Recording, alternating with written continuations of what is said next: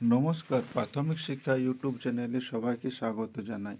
আমরা এই চ্যানেলে প্রাথমিক শিক্ষার বিভিন্ন বিষয় নিয়ে আলোচনা করে থাকি, তাই তোমরা চ্যানেলটা অবশ্যই সাবস্ক্রাইব করে রাখবে প্রাথমিক শিক্ষার বিভিন্ন বিষয় জানার জন্য।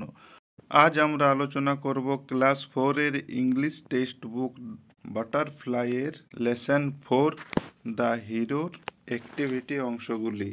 অ্যাক্টিভিটি আলোচনার পূর্বে আমাদের এখানে একটা কাজ করতে হবে। এখানে 1 নম্বরে বলা হয়েছে match the picture of the persons with their professions, মানে ব্যক্তিদের ছবির সঙ্গে তাদের পেশা মেলাও। এখানে 4জন ব্যক্তির ছবি দেওয়া হয়েছে, এদের সাথে এদের পেশাগুলো মেলাতে হবে। এখানে দেখো, প্রথমে রয়েছে ডাক্তার, তারপরে রয়েছে সৈনিক, তারপরে রয়েছে একজন খেলোয়াড় এবং শেষে রয়েছে একজন মুচি, যারা জুতা তৈরি করে এবং রিপেয়ার করে। তো এখানে দেখো, প্রফেশনের দিকে প্রথমে রয়েছে fights for his her country, তাদের দেশের জন্য লড়াই করে। তো এটা হবে সৈনিক, সৈনিক তাদের দেশের জন্য লড়াই করে।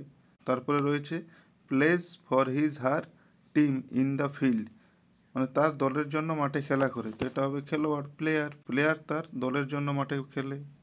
তারপর রয়েছে মেন্স শুজ, মানে জুতো সারাই। তো এটা হবে মুচি, কবলার, হ্যাঁ কবলার জুতো সারাই।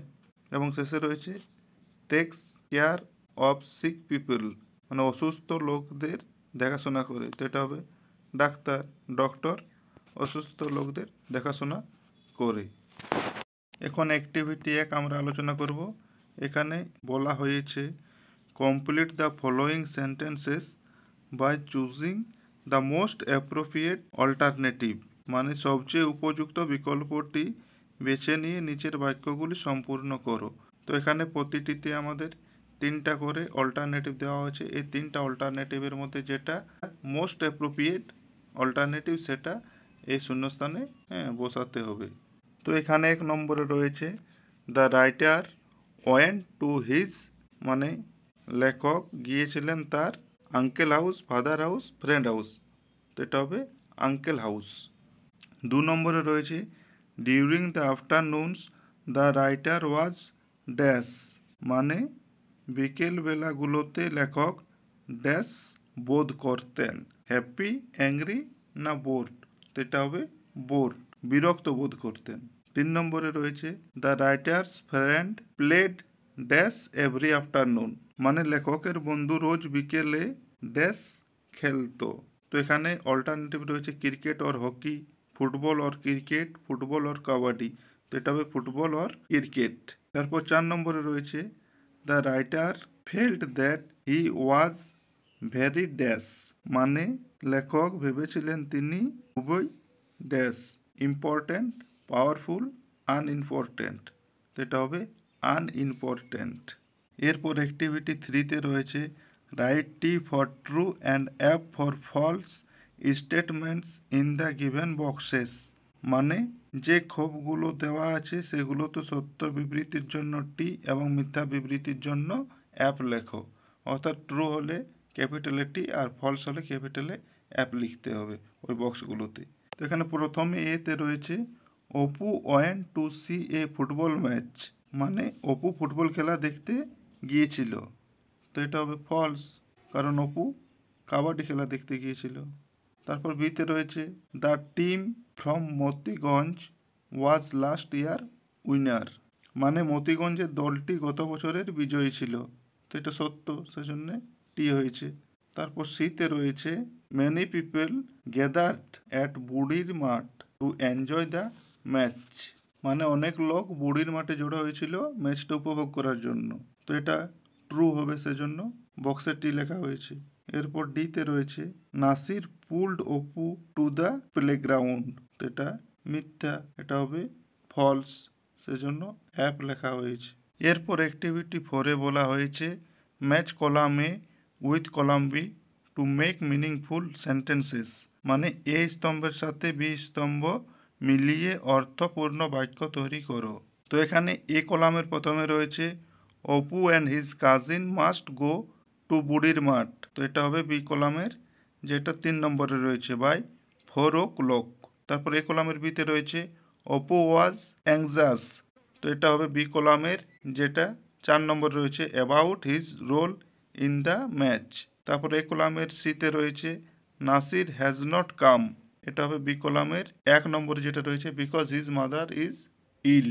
তারপর এ কলামের ডিতে যেটা রয়েছে it's a matter to prestige, তো এটা হবে বি কলামের 2 নম্বরে যেটা রয়েছে অফ আওয়ার ভিলেজ। এরপর অ্যাক্টিভিটি 5-এ বলা হয়েছে arrange the following sentences in the correct order, put the number in the boxes provided. মানে নিচের বাক্যগুলো সঠিক ক্রমে সাজাও, যে ক্ষোভগুলো দেওয়া আছে সেগুলোতে সংখ্যা বসাও। অর্থাৎ এই যে বক্সগুলো দেওয়া আছে এই বক্সগুলোতে সংখ্যা বসাতে হবে, এই ঘটনাগুলো কোনটা 1 নম্বর কোনটা 2 নম্বর হচ্ছে এইভাবে সংখ্যা বসাতে হবে। তো চলো দেখা যাক কোনটা কোন নম্বরে হয়। তো এখানে দেখো 1 নম্বরে রয়েছে আই গেভ এ জার্ক, আমি ঝাঁকুনি দিয়েছিলাম। 2 নম্বরে রয়েছে দে কট মি ইজিলি, তারা আমাকে সহজেই ধরে ফেলেছিল। 3 নম্বরে রয়েছে I experienced a painful bite, আমি একটা যন্ত্রণাদায়ক কামড় খেলাম। 4 নম্বরে রয়েছে I moved into their part of the ground, মানে আমি মাঠে তাদের দিকে ঢুকে পড়েছিলাম। 5 নম্বরে রয়েছে আই ফেল্ট হেল্পলেস, মানে আমি অসহায় বোধ করেছিলাম। তো এখানে প্রথমে হবে যেটা 4 নম্বরে রয়েছে সেটা হবে 1 নম্বর I moved into their part of the ground. তারপর 2 নম্বরে হবে যেটা এদিকেও 2 নম্বরে রয়েছে দে কট মি ইজিলি, এটা 2 নম্বরে।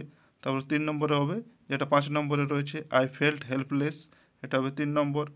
তারপর 4 নম্বর হবে যেটা এদিকে 3 নম্বরে রয়েছে I experienced a painful bite, এটা হবে 4 নম্বর। এবং 5 নম্বরে হবে যেটা 1 নম্বরে রয়েছে আই গেভ এ জার্ক, আমি একটা ঝাঁকুনি দিয়েছিলাম। এরপর অ্যাক্টিভিটি 6-এ রয়েছে অ্যান্সার দ্য ফলোয়িং কোয়েশ্চেন্স, নিচের প্রশ্নগুলির উত্তর দাও। তো এখানে 4টা কোয়েশ্চেন রয়েছে, সেগুলোর অ্যান্সার আমাদেরকে করতে হবে। তো এখানে 1 নম্বর কোয়েশ্চেন রয়েছে how did the opponents play, প্রতিপক্ষ কেমন খেলেছিল। তো এর অ্যান্সার হবে the opponents played very well, প্রতিপক্ষ সত্যি ভালো খেলেছিল।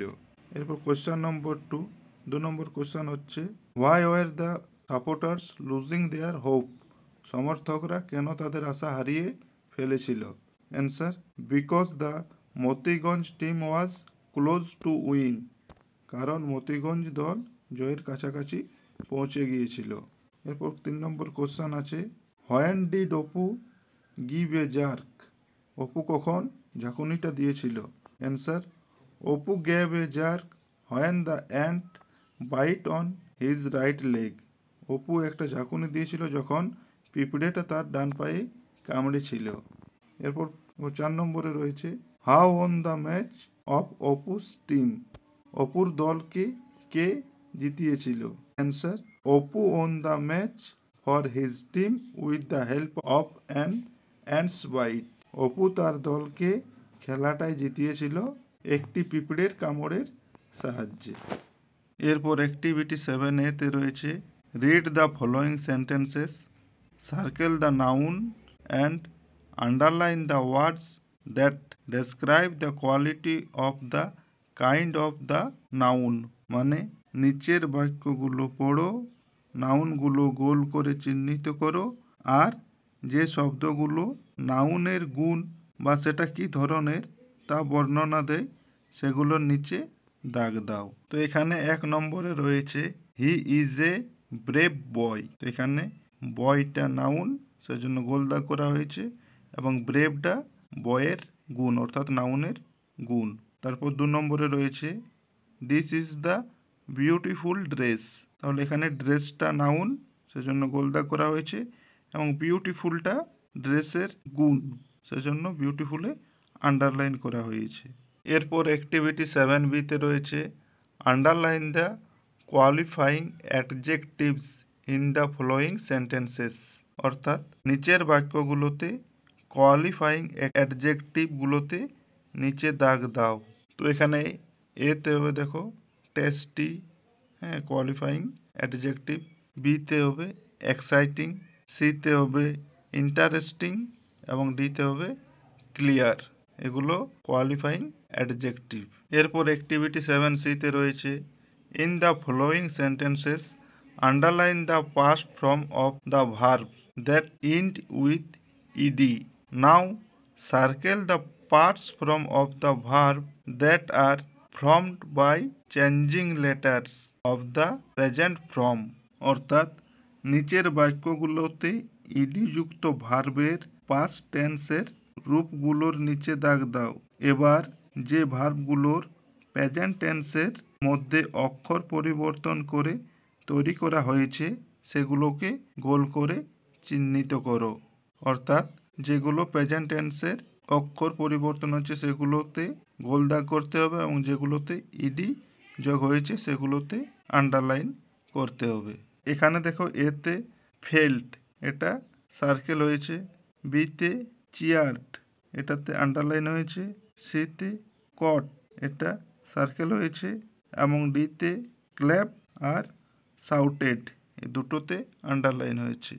যেগুলোতে গোল হয়েছে সেগুলোতে প্রেজেন্ট টেন্সের অক্ষর পরিবর্তন হয়েছে এবং যেগুলোতে দাগ দেওয়া হয়েছে সেগুলোতে ইডি যুক্ত হয়েছে।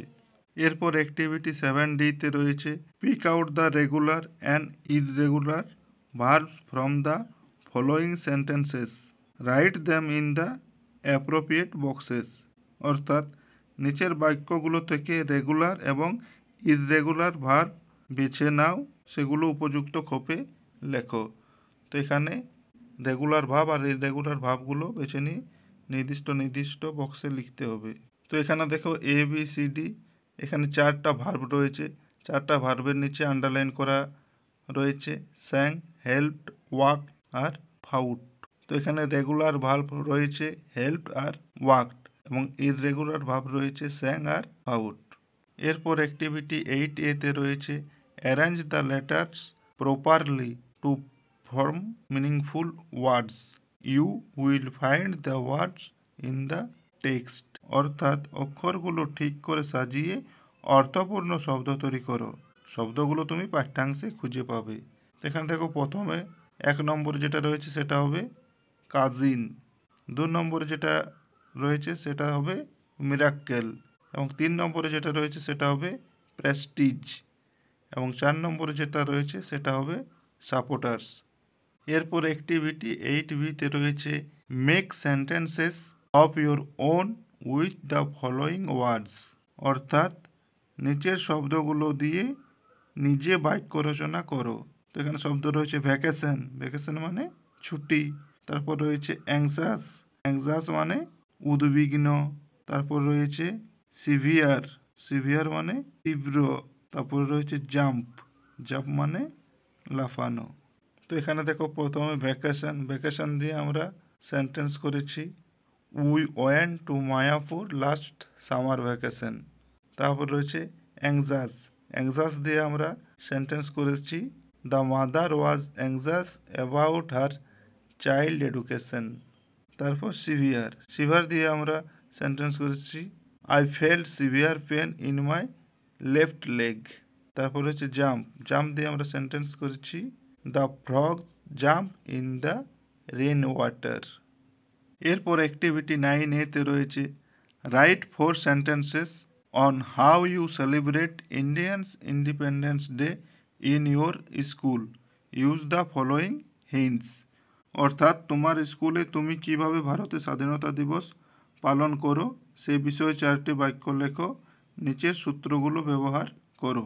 এখানে যে হিন্টসগুলো রয়েছে involvement of the teachers and student, অর্থাৎ শিক্ষক এবং ছাত্রদের অংশগ্রহণ। তারপর রয়েছে অ্যাক্টিভিটিস পারফর্মড, যে কাজগুলো করা হয়। তারপর রয়েছে ইয়োর ফিলিং মানে তোমার অনুভূতি। তো এখানে দেখো ইন্ডিপেন্ডেন্স ডে সেলিব্রেশন নিয়ে 4টা বাক্য লেখা হয়েছে। তো প্রথমে একটা হেডিং দেওয়া হয়েছে ইন্ডিপেন্ডেন্স ডে সেলিব্রেশন। তো এখানে লেখা হয়েছে we celebrate Indians independence day in our school every year on 15th August. The teachers and students together decorate the school campus. Our headmaster hosts the flag. I enjoy the program very much. এখানে এইভাবে 4টা বাক্য লেখা হয়েছে। এরপর activity 9B-তে বলা হয়েছে right 4 sentence on your favourite game, use the following hints. মানে তোমার প্রিয় খেলা সম্পর্কে 4টি বাক্য লেখো নিচের হিন্টসগুলি ব্যবহার করে। নেম অফ দ্য গেম, অর্থাৎ খেলার নাম। হাউ ইট ইজ প্লে, কিভাবে খেলা হয়। Why do you enjoy playing it, তুমি কেন এই খেলা উপভোগ করো। তো এখানে মাই ফেভারিট গেম বলে একটা হেডিং করেছি এবং তারপর লিখেছি my favourite game is football, আমার প্রিয় খেলা হয় football. It is played between two teams, ইহা দুটো দলের মধ্যে খেলা হয়। To win the game a team has to score more goal than the other team, মানে এই খেলাটা জেতার জন্য একটি দলকে বেশি গোল করতে হয় অপর দল থেকে। It keeps me physically and mentally fit, ইহা আমাকে শারীরিক এবং মানসিক দিক থেকে সুস্থ রাখে। তো লেসন 4-এর আলোচনা আজ আমরা এখানে শেষ করছি। তোমাদের যদি ভিডিওটি ভালো লেগে থাকে বা কিছু উপকারে আসে তো অবশ্যই ভিডিওটাতে একটা লাইক দেবে এবং চ্যানেলটা সাবস্ক্রাইব করে রাখবে পরবর্তীতে এই ধরনের আরও ভিডিও পাওয়ার জন্য। এবং এর আগে আমরা লেসন 1, 2, 3 ভিডিও অলরেডি করেছি, তোমরা যদি সেগুলো দেখে না থাকো তো এই ভিডিও ডেসক্রিপশন বক্সে তার লিঙ্ক দেওয়া থাকবে, তোমরা অবশ্যই সেগুলো দেখবে। তো সকলকে অসংখ্য অসংখ্য ধন্যবাদ। সকলে খুব ভালো থেকো এবং খুব ভালোভাবে পড়াশোনা করো।